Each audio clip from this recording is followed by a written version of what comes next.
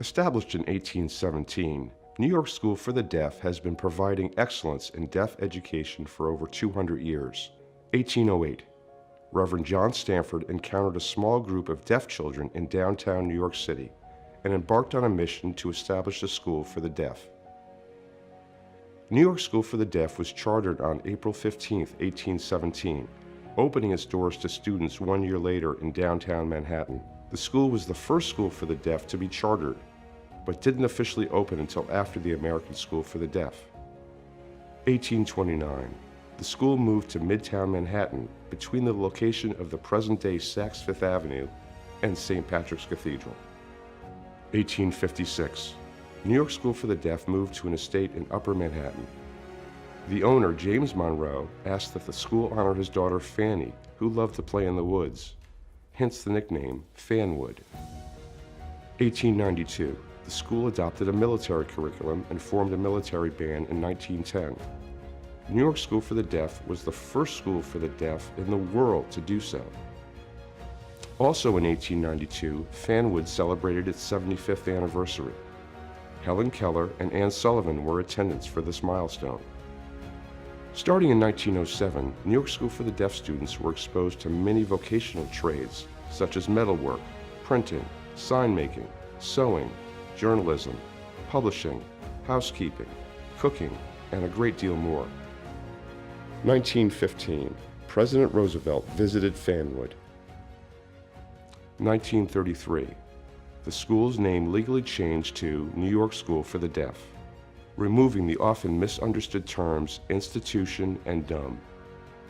1938, the school moved to White Plains, New York.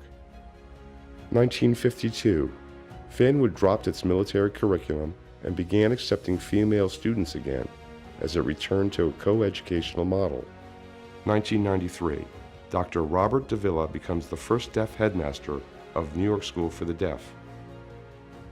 2009, Alexis Kasher, Civil Rights and Special Education Attorney, is appointed President of the Board of Trustees and became the first deaf female in this role. 2011, New York School for the Deaf students are invited to sign the closing song of the 2010-2011 season finale of Celebrity Apprentice. 2016, the school proudly dedicated its auditorium theater in honor of Bernard Bragg, one of the most prominent alumni and one of the world's most accomplished performing deaf artists. He studied under Marcel Marceau and also founded the National Theater of the Deaf.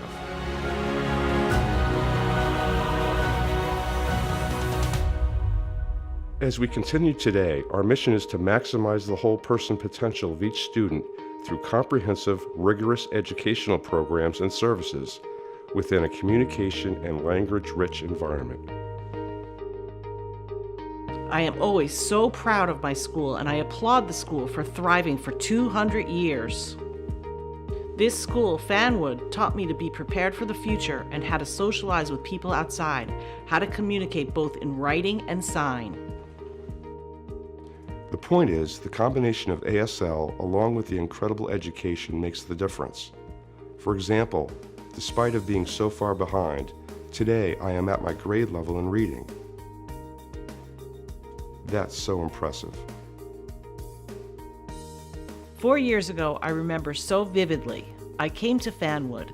So when I came, it was a new experience. Everyone was signing. I had to ask people, could you please repeat what you're saying? And then I became so accustomed to ASL because it was more American Sign Language for me.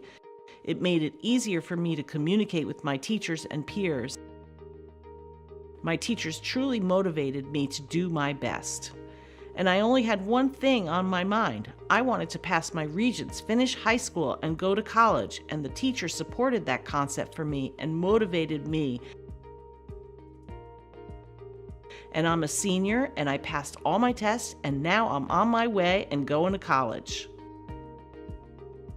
Okay, well, I like Fanwood because we have a playground. Look at this, it's a brand new playground. We take art and gym here. Everybody signs.